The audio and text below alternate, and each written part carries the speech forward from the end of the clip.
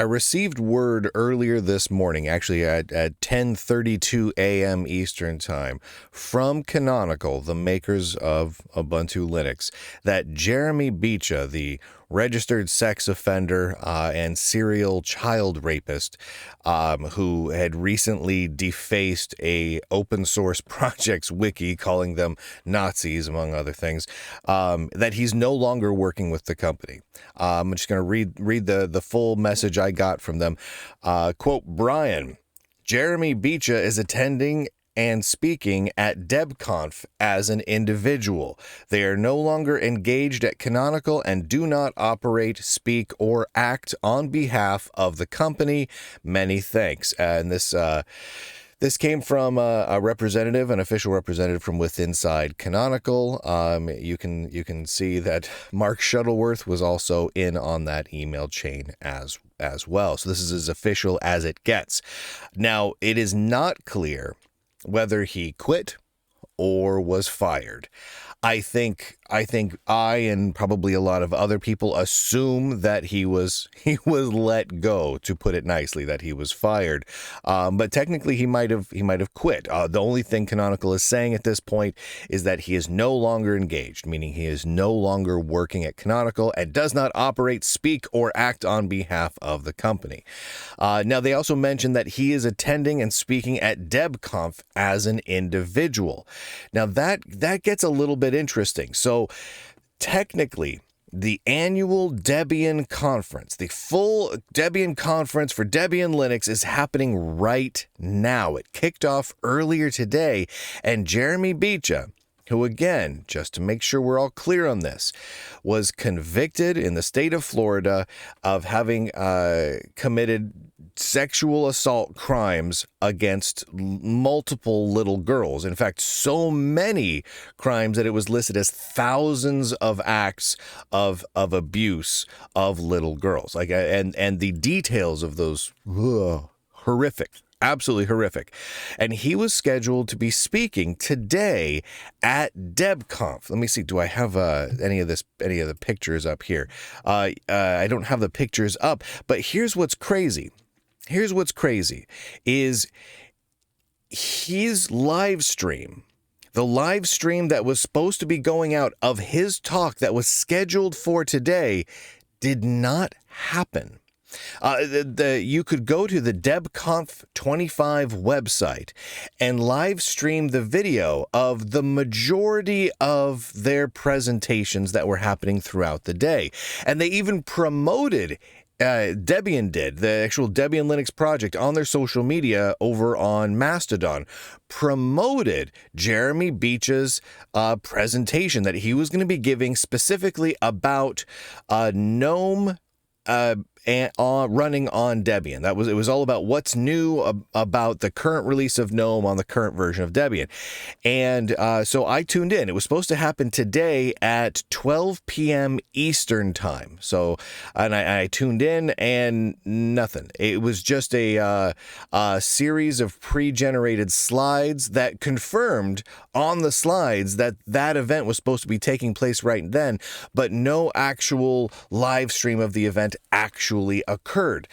As such, I have not been able to confirm if Jeremy Bicha actually gave his presentation or is in attendance at DebConf. I haven't been able to get any sort of confirmation from Debian whatsoever. In fact, I've also reached out to the GNOME project, because this individual is a very prolific contributor to both Debian and GNOME. In fact, so much so that over the last few years, you can read several press release announcements from GNOME and whatnot that were crafted by Jeremy Bicha, or mention Jeremy Bicha, or link to Jeremy Bicha. And so I would have expected that GNOME or Debian, or probably both of them, would have made a statement around this guy by now. Because not only is he a registered sex offender and his crimes just absolutely heinous, and obviously that anyone working on these projects should be notified of his status just for purely for safety's sake. But this guy's also going around defacing projects, defacing the wiki pages of projects where he has personal disagreements with the politics of the people on those projects. He calls them Nazis and all sorts of stuff. And he goes on these big progressive left-wing, rants about how they're Nazis and all sorts of things. And so I would have expected a statement, but none has come. I've reached out to Ubuntu, I've reached out to Debian, I've reached out to GNOME, and I have gotten absolutely no response whatsoever from any of them, including from the organizers of DebConf. None at all. So I'm going to stay on top of it and try and see if I can figure out if he actually ended up attending. If he gave his presentation, if it was recorded, and if so, were attendees warned that he would be in attendance? It seems like just for a safety's concern, people would be warned of that, but that doesn't seem to be happened. I'm not sure. I need to follow up on all that. A few other things that are worth noting at this point. When the story broke that Jeremy Bicha had defaced a wiki page of an open source project known as Ex Libre, he wasn't the only one who did it. One of the other people that did it is a guy named Jordan Petrides, who is another GNOME contributor. And this particular GNOME contributor is also quite unsavory, to put it mildly. He refers to Jewish people as baby killers. He refers to me as a fascist maggot, and he says all sorts of crazy off the wall things about Jews regularly. He's not a fan of Jews or Israelis or all sorts of things, and he doesn't just say that he doesn't like them. I mean, he comes out and says just the most awful, vile stuff, very, very profane, lots of swear words, lots of blood libel. It's off the charts. Well, Jordan Petrides has come out after the news broke, after the Lunduke Journal posted the confirmation that Jeremy Bicha was no longer working at Canonical, assumedly fired. Jordan Petrides followed up by posting the following, and my apologies to anyone who does not like these words. I'm just reading this verbatim. Quote, "Jesus Christ, Canonical," and that's all he said, end quote. So clearly he's not a fan of how Canonical handled this. He's a fan of Jeremy Bicha, clearly, and he's pretty upset that Canonical let this guy go. I think that's simply worth noting. And once again, I've reached out to GNOME, and GNOME has they know about everything that's happening, but they are refusing to make comment. They're essentially protecting this registered sex offender. In fact, that's kind of backed up, because if you go over to the Debian subreddit, r/Debian, which is a pretty big subreddit, someone posted over there, why is Debian allowing a serial abuser of children to speak at DebConf? And that was quickly moderated, silenced, and deleted. So the moderators of r/Debian very much, and I couldn't begin to tell you what their reasoning is here, but they very much do not want people to know that a serial child rapist has access to the members and users of Debian. For whatever reason, they want you to not know that. I think that is incredibly peculiar. In fact, Debian isn't the only one. Another person posted a story on Hacker News linking to this story, and Hacker News just straight up deleted it. They just removed it entirely. So at news.ycombinator.com, they removed that whole gosh darn thing. And it's worth asking, why? Why is Y Combinator and Hacker News, why do they not want you to know? Or why do they not want the event attendees to be aware that there is a risk to their safety from a serial sex abuser and rapist of little kids? Why do they want that covered up? I'm sorry, they're covering it up. And this is relevant news stories. Like in fact, I would go so far as to say this is some of the most important and relevant news stories for the people who are attending this Linux conference, DebConf, for people who work on Debian Linux, for the people who work on GNOME. This is important information for them to have for their own safety. The only reasons I can think of to silence these stories, to censor these stories, to delete these stories, is because you are covering for and defending the criminal at the expense of the safety of the users, the contributors, the developers, the event attendees, etc. I find that all extraordinarily distasteful. I would like to offer Debian, GNOME, and Y Combinator Hacker News a chance to disagree with that.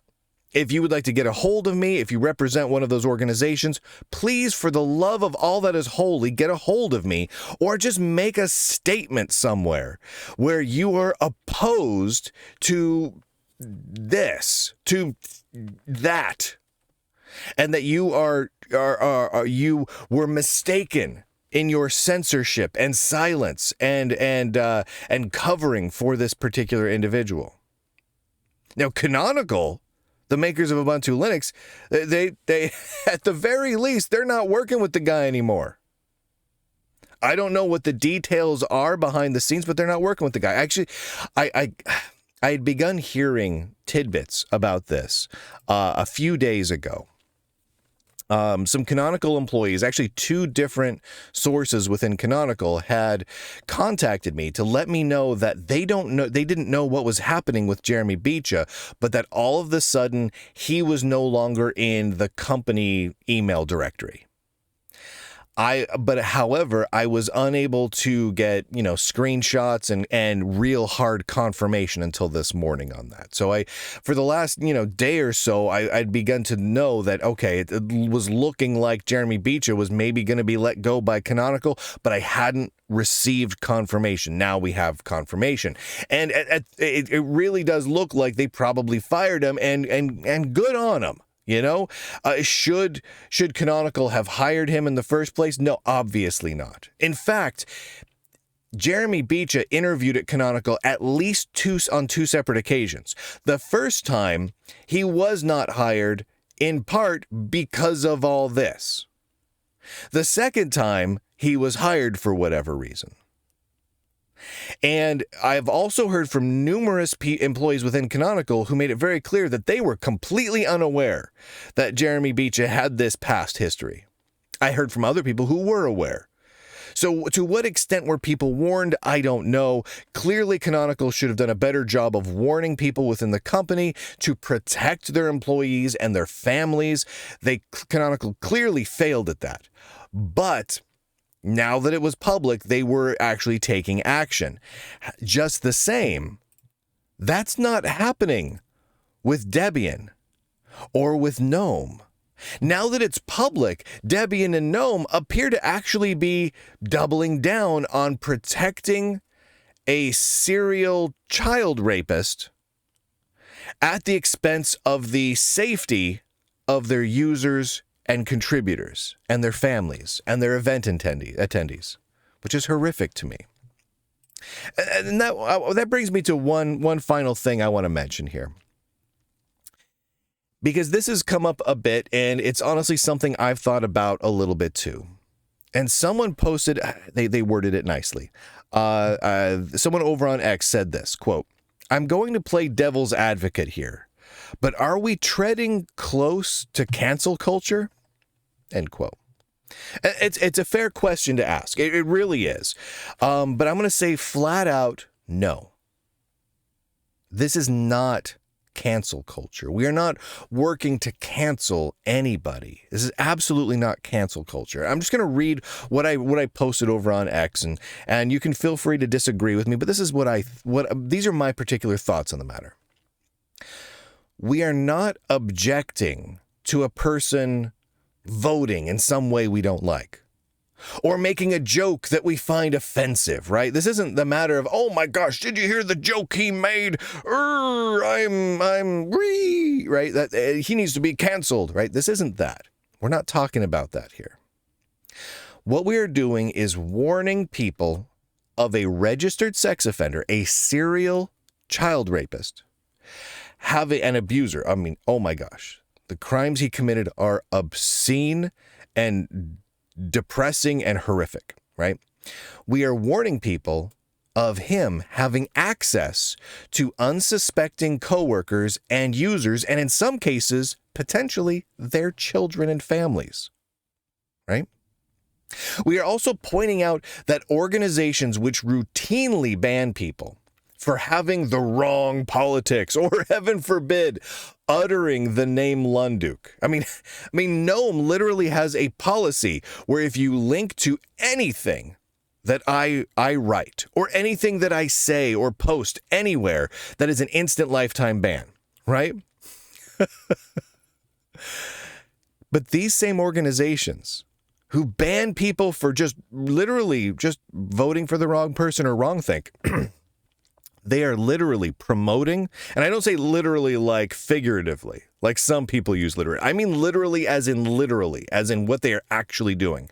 They are literally promoting, protecting, and encouraging people who openly call for things like hunting Jews, right? That Jordan Petritis guy, where's that at? That Jordan Petritis guy who was very, very unhappy with Canonical for firing Jeremy Bicha.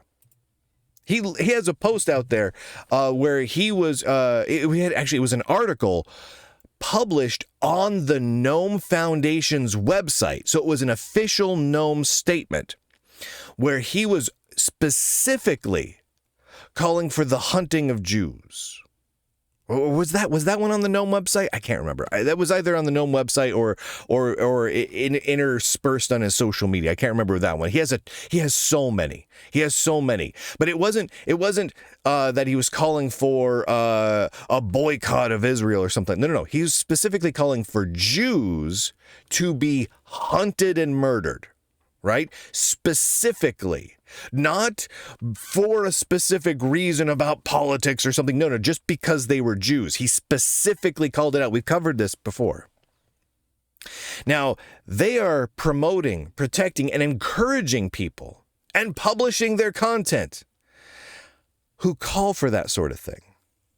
They encourage and advocate for real violence. They protect and harbor and defend serial rapists of children, right? These are the same people who say that if you use the word Lunduke, you get banned because people will find it offensive and they won't feel safe anymore. It's crazy. It's crazy. So by reporting on these issues, we accomplish two very specific and important things. The first, and this is, in my opinion, the most important thing, is that we alert people to the very real threats that they may face by being a part of these organizations with these people in it. People should be aware. And then people can make the decision on their own if it is worth the risk. Because clearly there is a risk. If you are working in an office building with someone who has committed thousands of acts of sexual abuse and rape of little kids, thousands, convicted, and as a registered sex offender, what are the odds that he does it again? Well, certainly more than zero, right? You should know that information so you can make the judgment call about whether or not it's acceptable for you to make that to take that chance, to make that risky judgment call. And then you can decide, is it okay if I bring my kid to the office, right? For a take your kid to work day or a company picnic or whatnot. If you know the people are there, you can make the call. If you are not made aware of those threats that you may face, That's taking away your ability. That's taking away your ability to decide what is acceptable for you and for your family and for your coworkers. So that's the most important thing that we're doing here. It's not cancel culture. The second thing we're doing is we're calling out the hypocrisy of these organizations, because they truly are astoundingly hypocritical. The GNOME Foundation, on the one hand, bans people for voting for Trump. They do. They ban people for linking to a news item published by the Lunduke Journal. Regularly, they do this. It's an official policy. And at the same time, they harbor, defend, and protect serial sexual abusers of children. That's extreme. The Debian is in the same camp here, though Debian is far less of a hypocritical issue and more of a what the heck are they doing issue, because Debian doesn't have a huge history of mass censorship and silencing and bannings and whatnot like GNOME does. GNOME has a very, very long and glorious history of banning people and silencing people and attacking people because of their politics or because of the thing they said or whatnot, or an idea they have, but yet harbors people who commit actual violent, horrific criminal acts. So those are the two things we're doing here, right? Alerting people to the danger so they can make the decision themselves, and calling out the hypocrisy. And I feel like those things are important that they be done. This is not about canceling someone. It really isn't. Now, realistically, the individuals we're talking about here are pretty gross. I mean, pretty disgusting people that we don't want around, at least I don't want around in any project that I'm working on. Would I forbid and ban Jeremy Bicha from being involved in a project that I run? Of course. Obviously I would, because having him around would put other people at risk in an absolutely unacceptable way. And to be quite frank, I don't want to be around myself that kind of evil. I mean, that's pure evil. There's not goodness there. So I would, of course, ban them myself. I'm not calling on organizations to ban him. I wasn't even calling on Canonical to fire him. What I'm calling for, and it's the same thing since the beginning, is people be transparent. And people be open, and that these organizations, including these companies, warn people about the threat. And then people can make up their own mind about what they want to do, about whether they want to work on those projects. Now, do I think personally, if I were running Canonical or GNOME or Debian or any of these things, if I were working on those projects, would I just give Jeremy Bicha the boot? Of course I would, in a heartbeat. The if I would have learned about Jeremy Bicha's past, it would have taken me roughly 3 seconds to delete all of his accounts and permanently ban the guy. Absolutely, without question. But I'm not demanding that they do that. I'm simply asking for them to warn people about the working environment and the culture that they are creating by including people like Jeremy Bicha in their organization. It's very simple. Very, very simple. I want to thank all of the Lunduke Journal subscribers for allowing me to cover this story, because none of this would have been covered if it weren't for you, right? If it weren't for all of the subscribers to the Lunduke Journal making it so that the Lunduke Journal could stay in business without big tech funding, it would have been impossible for me to cover this story. This is the kind of story that causes companies to pull their ad accounts. Because no one wants to put advertisements next to a story about serial child rapist working on open source software. That is just not, you don't put that on the you don't say brought to you by Kellogg's, right? You don't have ads for that. And so if it weren't for all of you supporting the Lunduke Journal, this wouldn't have been possible. And we've already seen results from it, right? This is now a guy who's no longer working at Canonical, which very directly means that Canonical is now a safer place to work. And I think that's pretty obvious. So because this story is out there, more people were made aware before they went to conferences, before they began working on GNOME or Debian, because of this. Because these organizations, sure as heck, were not alerting people or warning people. And people within Canonical now don't have to work with this guy,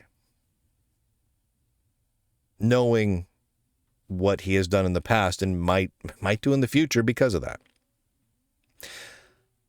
The tech world is a little bit safer because of you. And I am impressed by everyone who has made that possible. So I couldn't do any of this work without you. I truly could not. Now, hopefully we'll get some answers from Debian, from GNOME, from Y Combinator and Hacker News. What the heck is going on with those guys? And we'll get some results and some answers from all of this. Hopefully it affects some positive changes in these organizations where they will be more open and honest with their contributors and their users about the kind of people that are working on the projects. I want to know if there's any more people like this working on any of these projects. And you better believe that I'm going over a whole lot of contributor lists with a very fine-tooth comb right now, just to make sure. Because, I mean, where there's one, you know. But hopefully, at some point pretty quickly here, these stories will be a thing of the past. That would be really great for me. I would love nothing more than to not have to talk about these stories going forward. But as long as it's important to talk about this and cover it, I will continue to do so. Again, go to lunduke.com and click on some things. I truly appreciate it. And with that, ladies and gentlemen, boys and girls, nerds and nerdettes across this wide and glorious inner tube of ours, I do declare, end broadcast.